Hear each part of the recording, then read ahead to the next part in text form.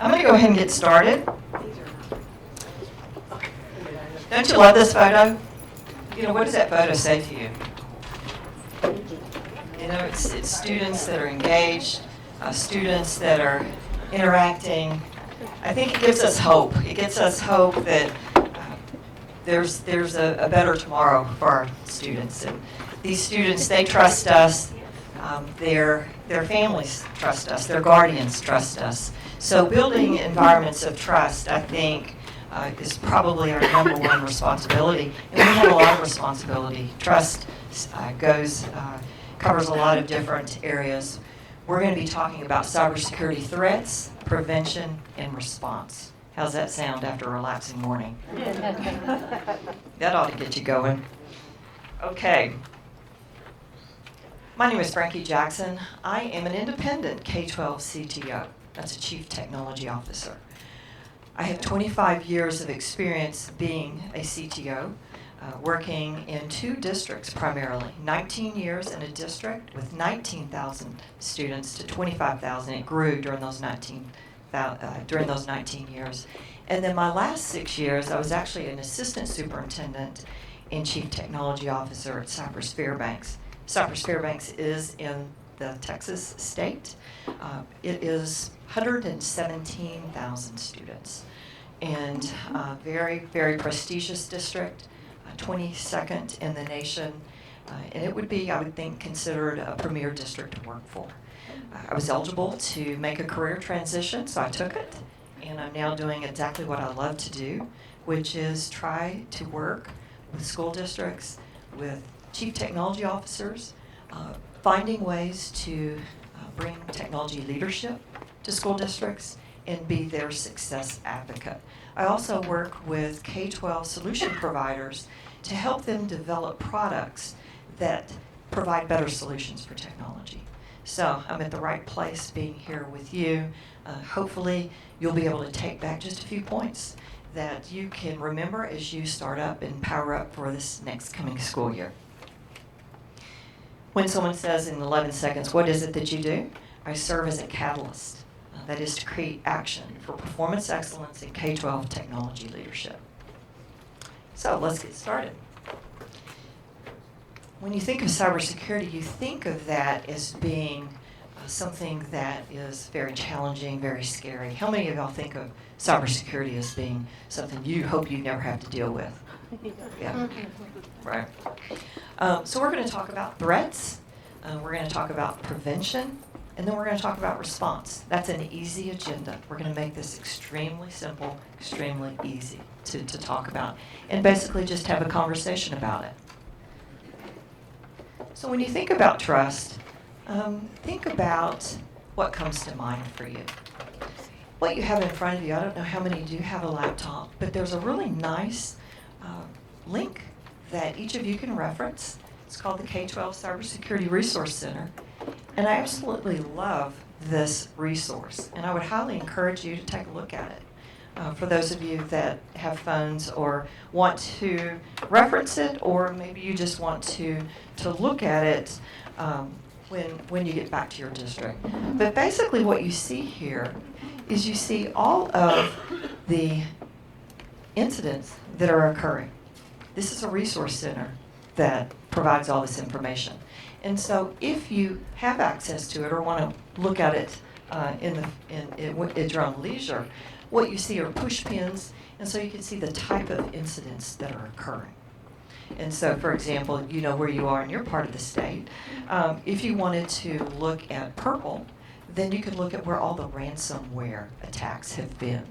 And you can see a nice little description about the different types of issues that are occurring.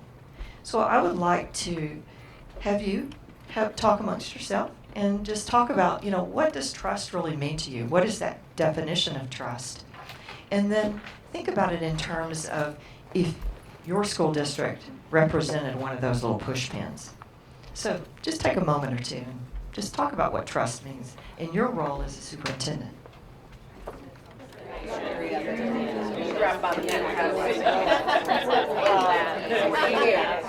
Does anybody have a great definition of trust? What you think of when you think of trust?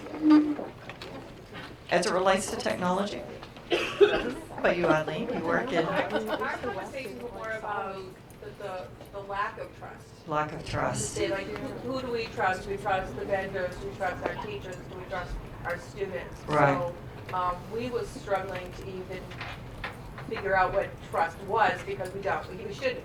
We should be very knowledgeable of what's going on in our districts and outside the district. Right. Like this, so. You know, I think as a chief technology officer, I'm on the board of the Texas K-12 CTO Council. Actually, I just retired off of that board, but have served as the chair of the Texas K-12 CTO Council and been involved for the last 15 years. One of the things that we talk about is that as a chief technology officer, one of our number one priorities is to show that we can demonstrate trust in all of our security systems and all our technology systems. And so the idea that you as the superintendent are entrusting chief technology officers to private data, to all of the major components within the school system, we take that extremely seriously. And it's something that once that's violated, it's catastrophic. Yes, ma'am. We couldn't hear back the other person. So, there it goes. All right. So one of the things that we were discussing is part of it is trusting ourselves to know. So I was sharing with the group that we've had ransomware hit our facilities division on some of their servers multiple times. And the good news for us is because we keep very, very good backups, the ransomware has never been something that we've had to deal with because we trust that we are keeping all of our data. And so that how important it is to be able to know that you have these business continuity practices in Yes. place so that if something like this happens, what is the response going to be? Thank you so much for sharing because there are so many districts, and you can actually look at all the different districts that have had a ransomware attack. But what that really means, let's just think about that. Think about that at your district. What would that really mean? Is that all of a sudden your key users, possibly finance, I don't know what your scenario was, tries to access data, tries to access information, and the information's been held up for hostage. You basically have to pay a large sum of money because the data, the files have been encrypted, and so that means that you have to pay a ransom in order for those files and that data to be unlocked. Can you imagine having to tell your superintendent as a chief technology officer or your district stakeholders that we're going to have to come up with some big money? It's I think, extremely painful. And it's happened, and it's happening over and over and over. These are real-world incidents that are occurring, and you can see that they continue to occur each and every day. So thank you. And I'm noticing that a lot of districts are buying insurance just for these ransomware situations. So there's a whole new market of insurance because this threat is so great. And, you know, they can come in through your HVAC system. Like, who thinks it's going to happen that way? And they attack your payroll system through your HVAC system. I think, you know, having insurance, that you're going to see that that's a point of conversation later in our discussion. But, you know, the thing about it's intellectual capacity. And sometimes no amount of money can replace or bring that back. And so if your technology departments don't have good business continuity plans in place, then all the money in the world would not be able to bring some of those things back if it is that you're not willing to pay that money. So it's very challenging. So we're focusing on what we can do within our districts, but I was also sharing that I just got a phone call this morning that one of our vendors had a data breach that included our student and parent data. So it's not only what you do, but you're at the mercy of what some of your vendors are doing as well. Thank you so much for bringing that up, because we're going to talk about data sharing agreements and legal agreements, and that's one of the recommendations, so thank you very much. Let's go to the next slide. You know, I think when you have, as a chief technology officer, you're going to see numerous incidents. These are like some of the top 10, 15 incidents that have occurred in the last year, anywhere from tax fraud to school district in California that just hundreds of thousands of private data elements ranging from social security numbers to contact information to all kinds of address. There's one for Bitcoin, which is one of the types of financial money exchanges to get ransomware back.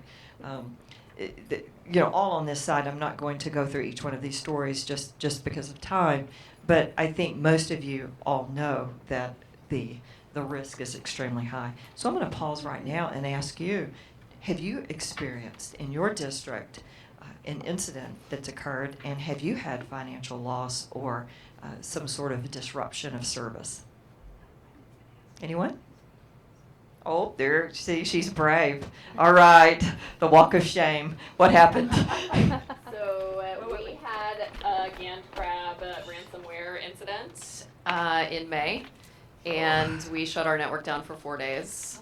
And luckily, we were between payroll cycles. We had great backups. We had about 50 machines that were encrypted, and we just reset them. We also had insurance. And our vendor that was connected to us through our insurance basically cleaned it up, and we moved along our merry way, but it set us back quite a bit on master scheduling and things for the 1920 school year, because it was right in the hot middle of that, but it was luckily for us in between payroll cycles, so it did not interrupt our ability to get people paid, and we did not have any data breaches on personally leaking. identifiable information. Yeah. How about anybody else? Thank you for sharing that story. Anyone else? Thank you. About 4 years ago, we got hit with our CBO's computer, but we had great backup. The county stepped in and came in, cleaned it up as part of our joint agreement, and we were up and running within about 48 hours. Okay, 48 hours. You'd said 4 days. What did your staff do? What did your district do? Did you send them home? Our teachers retooled their Yeah, lesson plans. And exactly. It's like, what'd you do in the old days? Purged their files. It was great. We talked to each other for the first time. Isn't that the in truth? years. Yeah.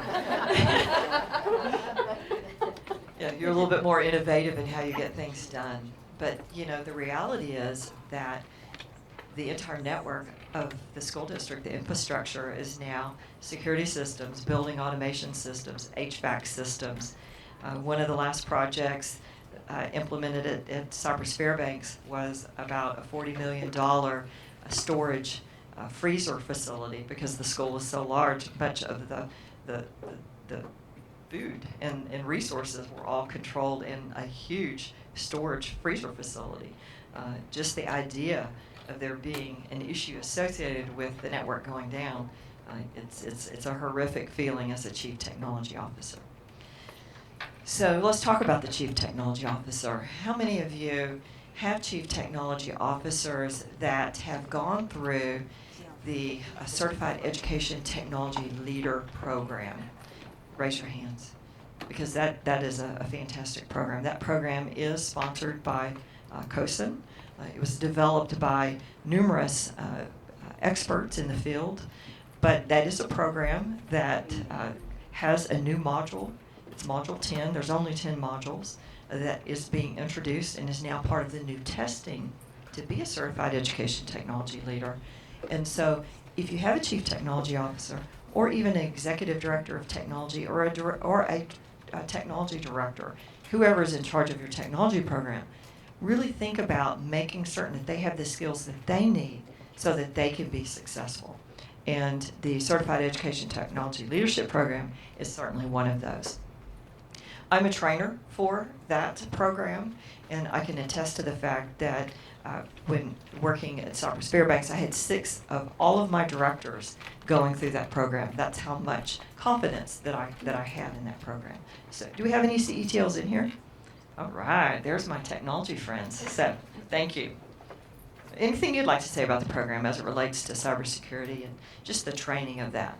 I think that I'm trying to deal with cybersecurity in our district, and I think the SEAL program was provided me the tools. Oh, sorry. I did It's okay.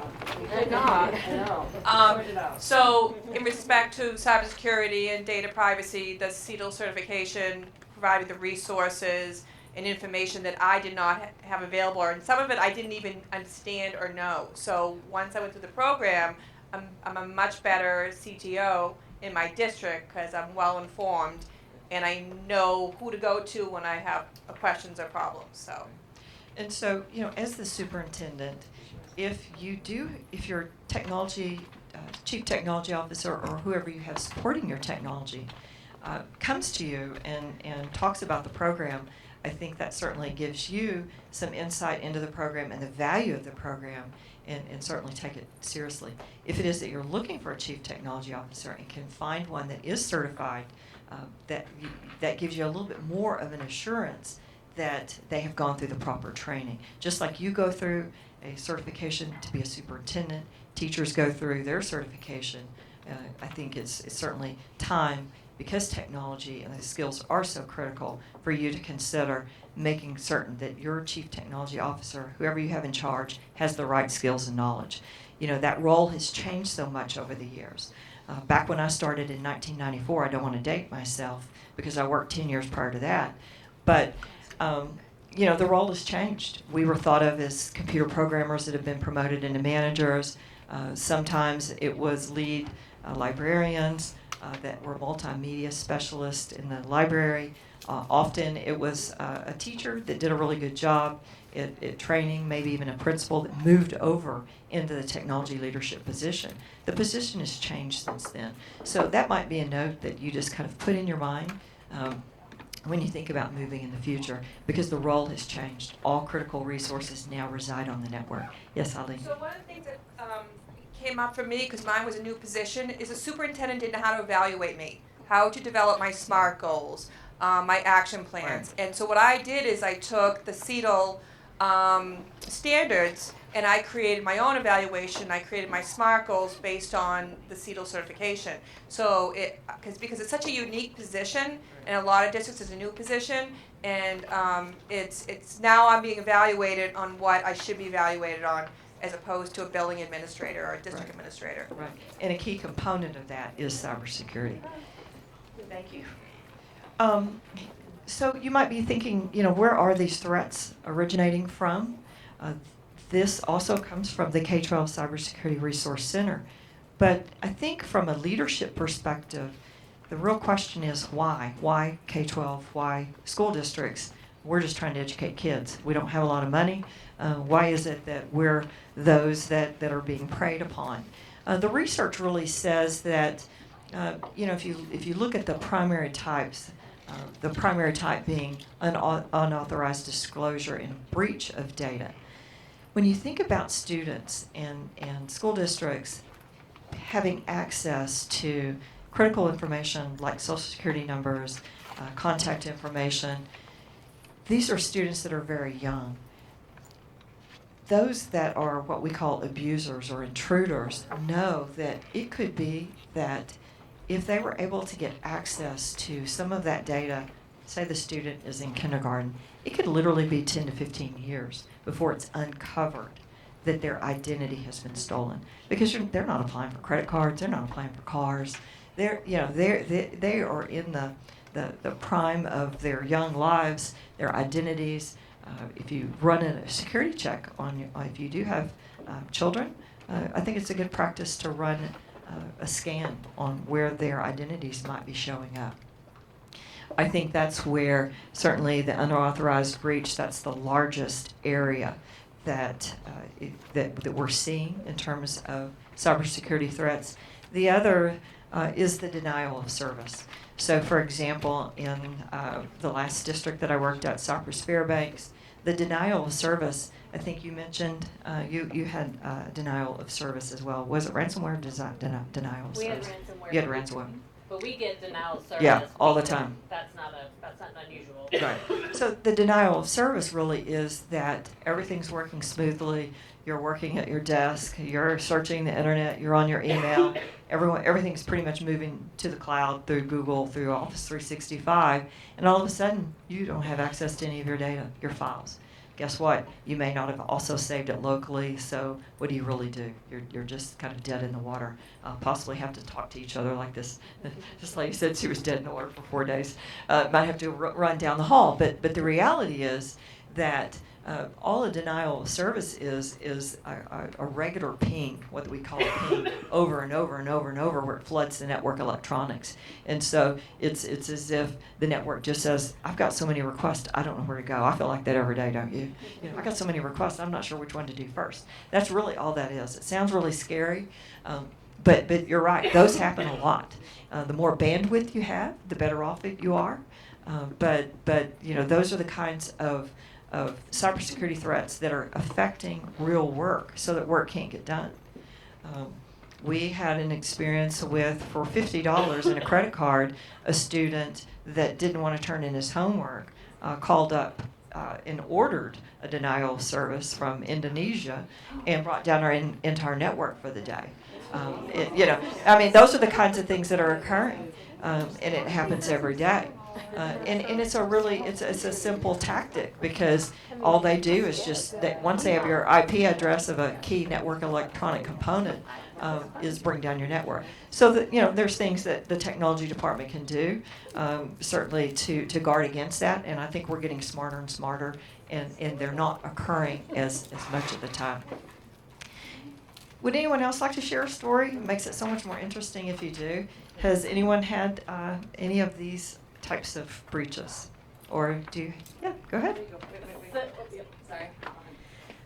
So, a great lesson in making sure you don't have old administrator passwords available somewhere. We had an autistic high schooler who took down 12 servers in our district before we knew what happened.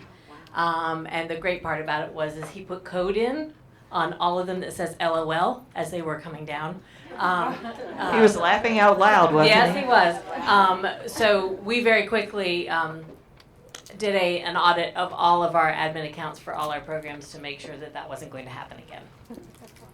Thank you for sharing that. Yeah, the students are pretty creative, that's for sure.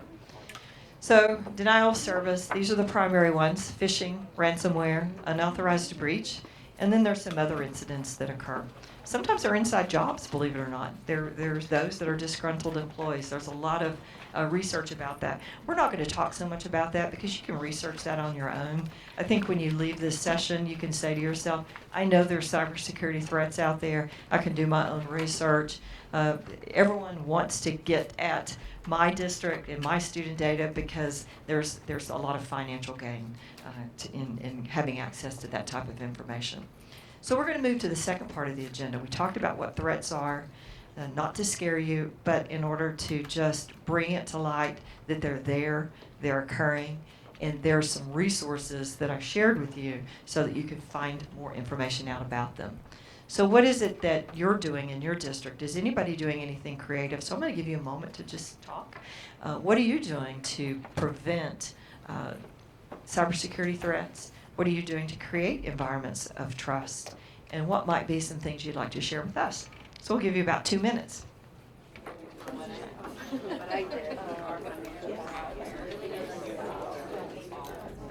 Anyone have a plan of action of what you're doing to prevent cybersecurity, creating environments of trust? So we, because we are a regional lead, we have servers for all of our districts. We actually, so that there's offsite, so a lot of districts will have them with their county office or whatever your similar entity is. But I think one of the, and yes, a really good CTO as well, but one of the, I think, highest leverage things that people would say is that we convene the CTOs in the area. And they exchange information and are in regular contact, so that's helpful. So in addition to backing up all the data for the districts and several municipalities in the area, it's that touch point that I think people utilize most. Thank you for sharing. That's wonderful. How about anybody on this side?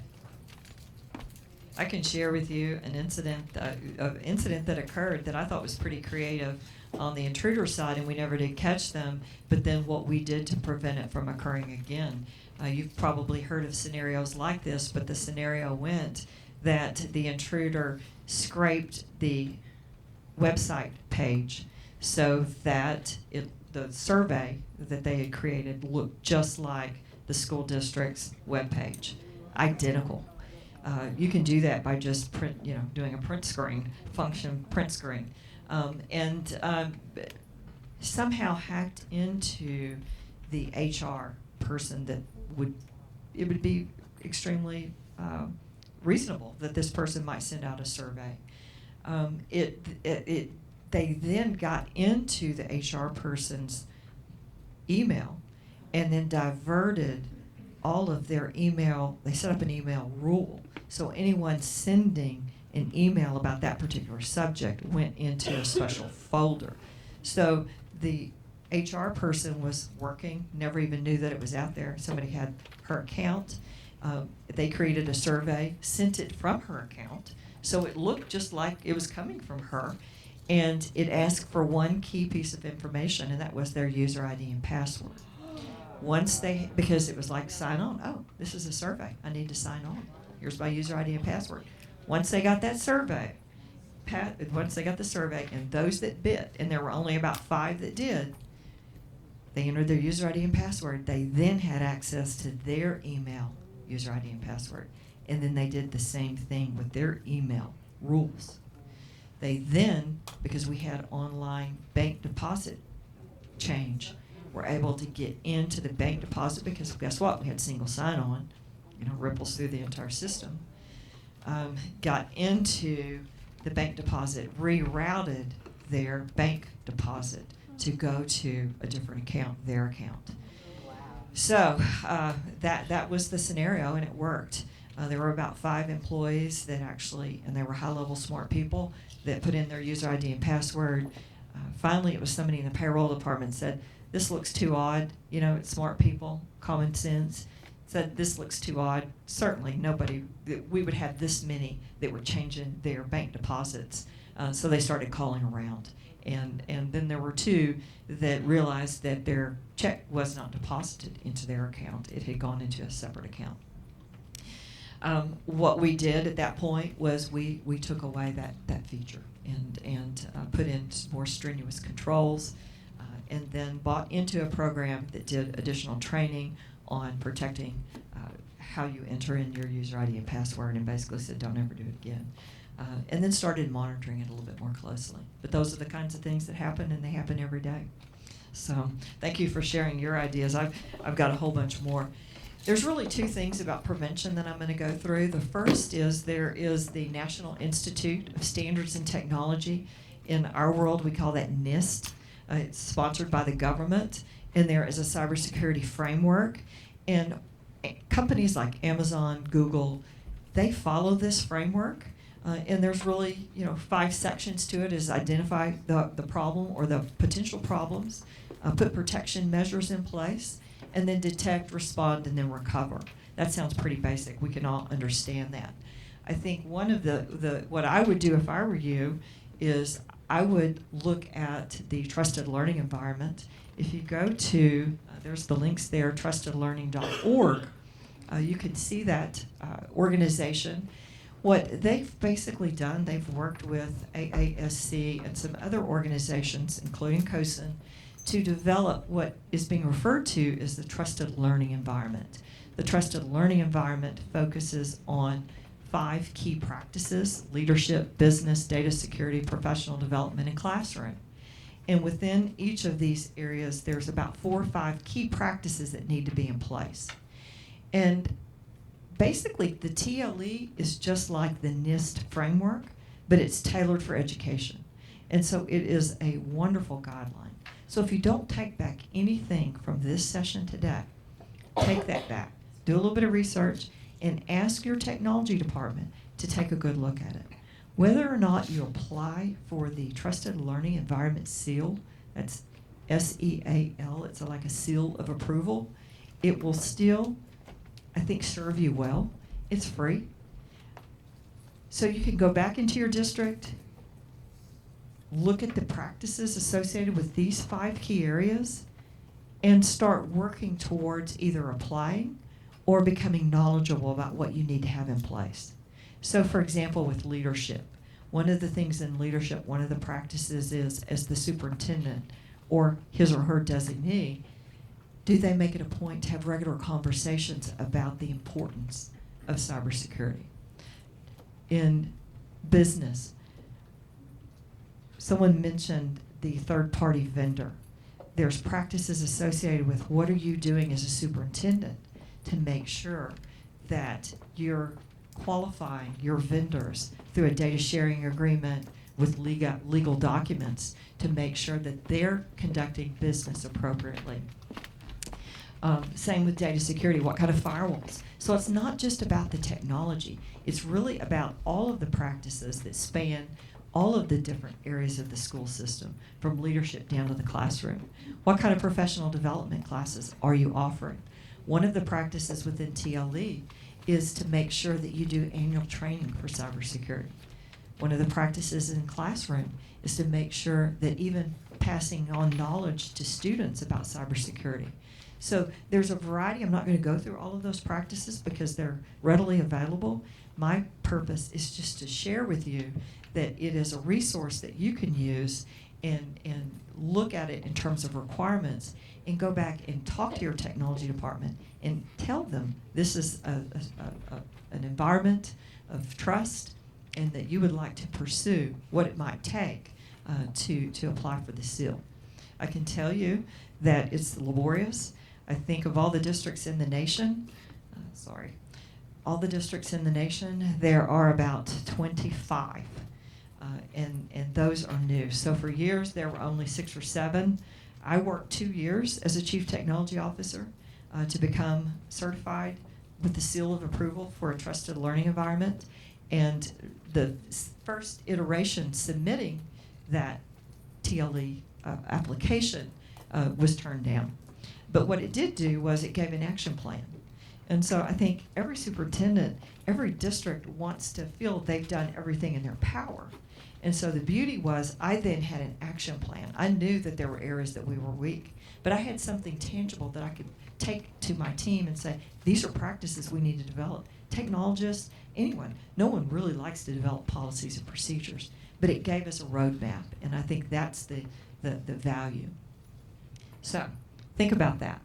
We're now going to move into what we can do, what our response would be. This is a new law that was enacted in Texas. In Texas in 2019, it was actually in this budget legislative year. And basically all it says is on September 1st, school districts will be required to adopt a cybersecurity policy.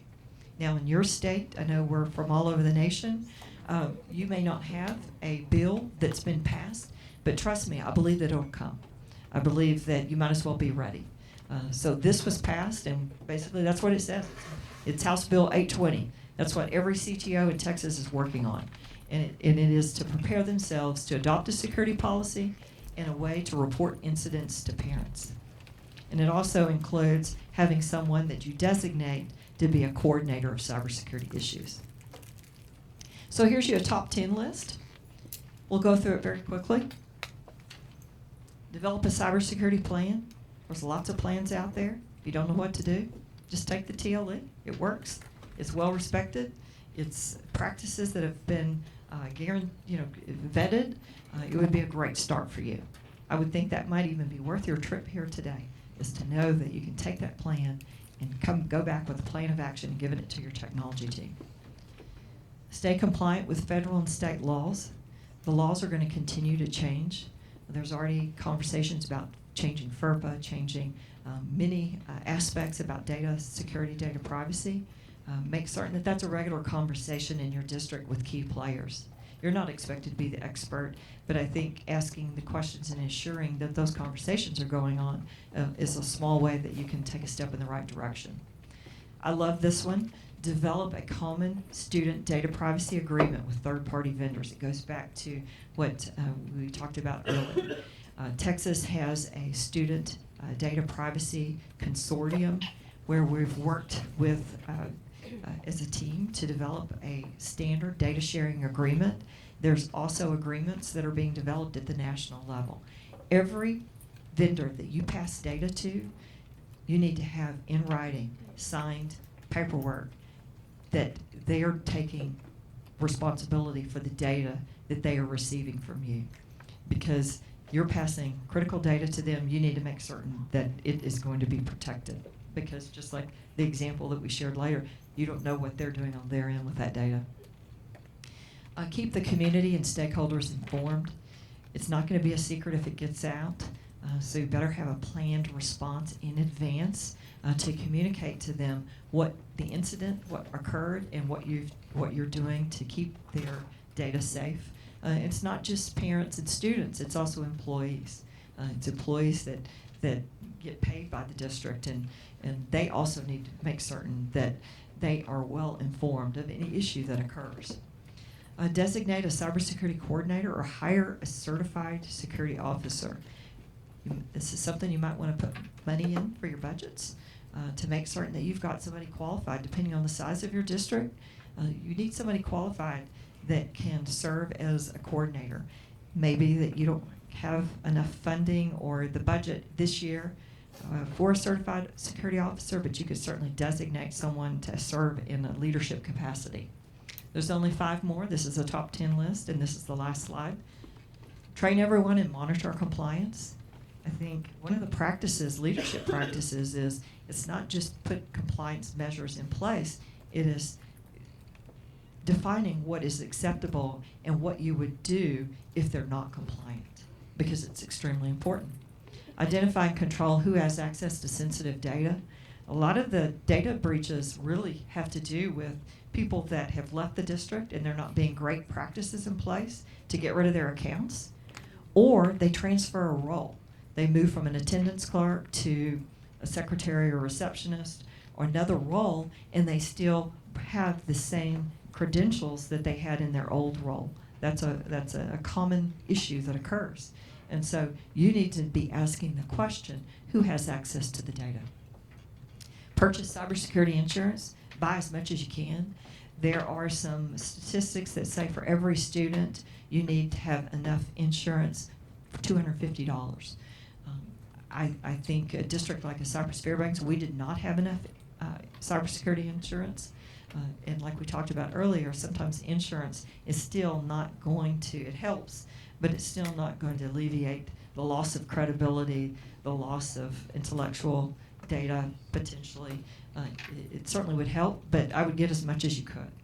I would at least ask that question of your business manager. Develop a communication plan. What the conversation going on in our world is that it's not a matter of if, it's a matter of when. So, why not go ahead and get that communication? It's kind of like any kind of other catastrophe, a school shooting or any other safety issue. Go ahead and develop a canned plan. You don't want to scare everybody, but you're going to have to get some sort of communication out. You might as well get a plan of communication in advance. And then lastly, apply for the Trusted Learning Environment seal. That would at least position you to be working towards practices so that if a breach does occur or there is some sort of cybersecurity, you will have at least be taking proactive measures to show your due diligence and the trust that parents and employees and stakeholders have placed in you. It shows that you're doing everything within your power to build that trusted learning environment. And so with that, we're ready for some questions and some discussion. What do you think is the first steps that superintendents should take when they go back to their district regarding cybersecurity?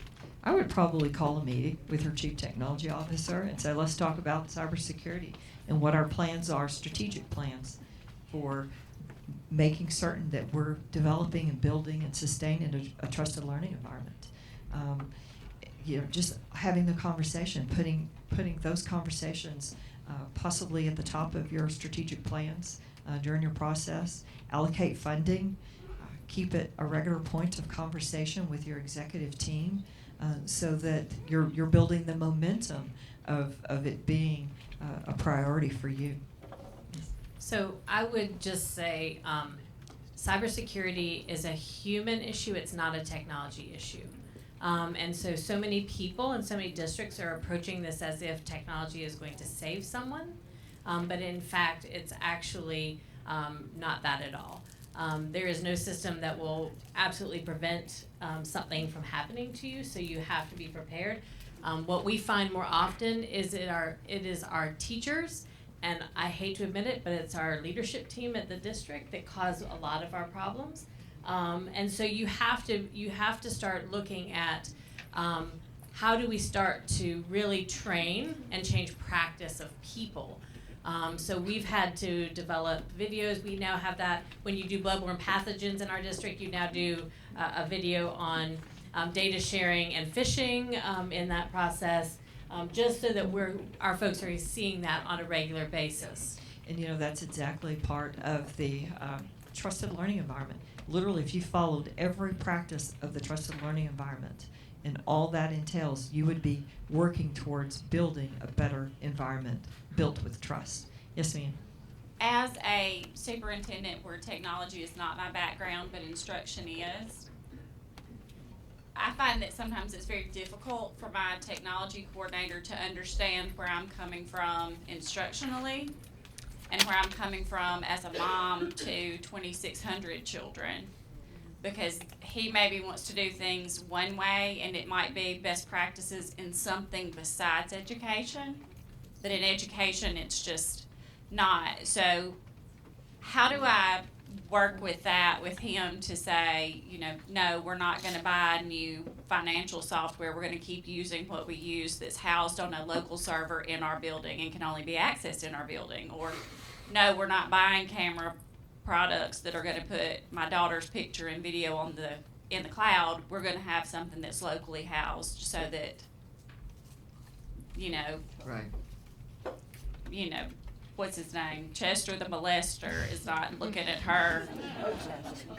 Chester the molester is not looking at her. So how do I have those conversations?